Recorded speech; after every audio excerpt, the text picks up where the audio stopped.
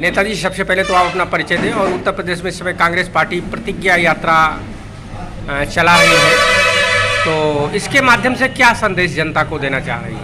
सुशील पासी, प्रदेश महासचिव, Uttar Pradesh Congress committee. Uttar Pradesh Congress committee आदरणीय प्रियंका गांधी जी के नेतृत्व में उत्तर प्रदेश में संघर्ष कर रही है। विपक्ष की पूरी संपूर्ण भूमिका अदा की है। 5 साल तक लगातार सत्ता के विरोध में अगर कोई सड़कों पर उतरा है, चाहे सोनभद्र की घटना हो, चाहे हाथरस की घटना हो, चाहे उन्नाव की घटना हो, यानी कोई भी, चाहे एनआरसी के मुद्दे पर हो, महंगाई के मुद्दे पर हो, हर मुद्दे पर अगर किसी ने प्रबल विरोध करके सत्ता के विरुद्ध बिगुल बजाने का काम किया, जेल जाने का काम किया, हजारों कार्यकर्ता हमारे गिरफ्तारी दिए हैं, जेल गए हैं, तो कांग्रेस पार्टी है। आज कांग्रेस पार्टी ने उत्तर प्रदेश की जनता के सामने एक विकल्प रखा है, और विकल्प ये है कि हमने बारी बारी इस क्षेत्र की जनता ने और प्रदेश की जनता ने सबको मौका दिया है काम करने का। चाहे बहुजन समाज पार्टी हो, चाहे भारतीय जनता पार्टी हो, सबको मौका मिला है, सरकार चलाने का मौका मिला है। भारतीय जनता पार्टी के कुशासन से इस समय उत्तर प्रदेश की जनता करा रही है। तो ऐसे में उत्तर प्रदेश की कांग्रेस कमेटी आदरणीय प्रियंका गांधी जी के नेतृत्व में 4 प्रतिज्ञा यात्राएं पूरे उत्तर प्रदेश में निकाल रही है। एक प्रतिज्ञा यात्रा बाराबंकी से शुरू हुई है, जिसका नेतृत्व आदरणीय पीएल पुनिया जी कर रहे हैं, और दूसरी प्रतिज्ञा यात्रा बनारस से स्टार्ट हुई है, शुरू हुई है, आदरणीय प्रमोद तिवारी जी के नेतृत्व में चल रही है। और एक तीसरी सलमान खुर्शीद जी के नेतृत्व में जो सहारनपुर से स्टार्ट हो रही है, वो चल रही है, और एक चौथी चलने जा रही है, गोरखपुर से यात्रा चल रही है। इन प्रतिज्ञा यात्रा में हम वचन निभाएंगे, ये जनता के सामने हम लेकर जा रहे हैं। हम जब भी कोई बात कहते हैं उसको वादे पर पूरा करते हैं। मनमोहन सिंह की सरकार थी, 73,000 करोड़ रुपए किसानों का कर्जा हमने माफ कर दिया। ये भारतीय जनता पार्टी की सरकार आती, इसने पूंजीपतियों और उद्योगपतियों का कर्जा माफ कर दिया, किसानों का कर्जा माफ नहीं किया, व्यापारियों का कर्जा माफ नहीं किया। गरीब किसान मजदूरों को महंगाई से जिस तरीके से परेशान हैरान किया गया है, तो हमारी आदरणीय प्रियंका गांधी जी ने पहला वचन दिया है, हम किसानों का कर्जा माफ करेंगे। पहला वचन दिया। दूसरा वचन दिया कि महिलाओं को 40% राजनीति में भागीदारी देंगे, राजनीतिक हिस्सेदारी देंगे, उनको टिकटों में भागीदारी देंगे, संगठन में भागीदारी देंगे, सत्ता में भागीदारी देंगे। यानी आबादी की 50% हिस्से को अगर महिला सशक्तिकरण की तरह अगर मजबूत करना है, तो उन्हें राजनीति में मौका देना होगा, और 40% ताकत देने का काम किया। इतना ही नहीं, उन्होंने यहां तक कहा कि जो इंटर पास लड़कियां होंगी उनको हम स्मार्टफोन देंगे, और अगर स्नातक कोई पास लड़की होगी तो सीधे उसको आवागमन के लिए स्कूटी देने का काम करेंगे। ये उन्होंने वचन देने का काम किया है।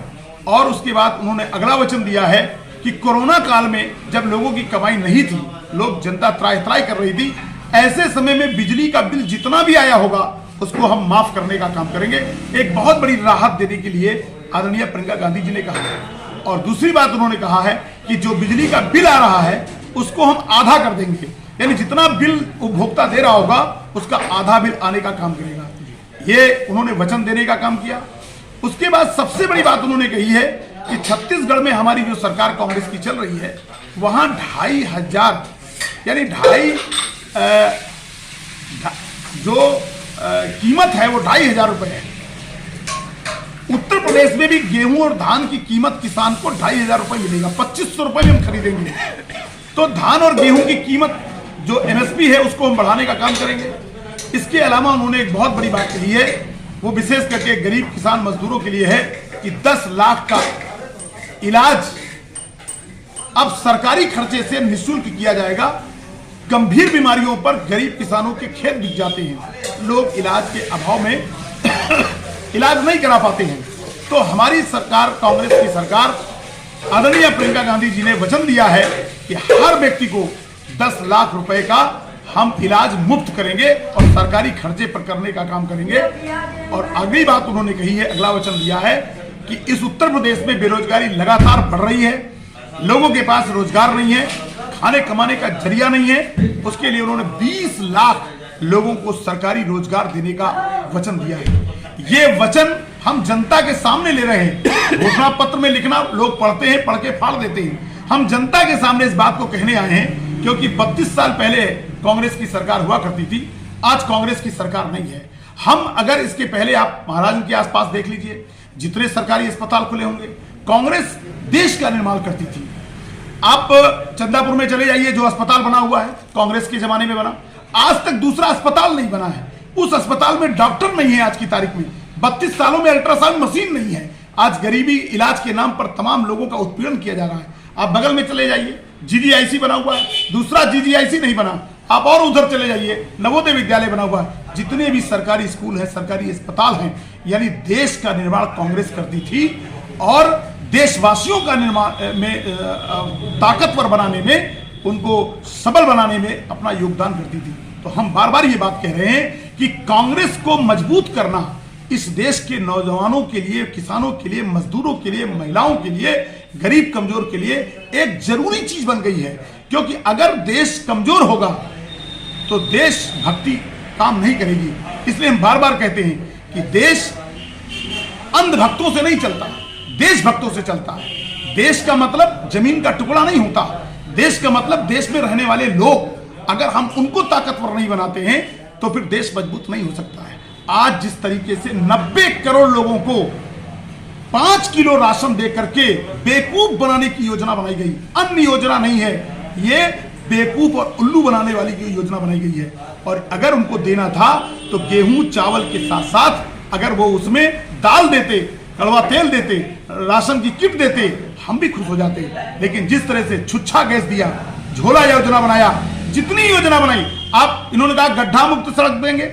उत्तर प्रदेश की सड़कों पे चले जाइए, आप देखिए कोई सड़क उन्होंने गड्ढा, आप देख रहे हैं कि महाराज इनकी सड़कों का क्या हाल है?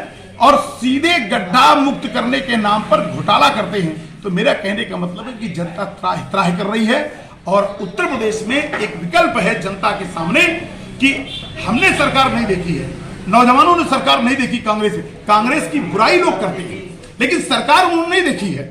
सरकार उत्तर प्रदेश में कांग्रेस की हम जैसे तमाम नौजवानों ने नहीं देखी है।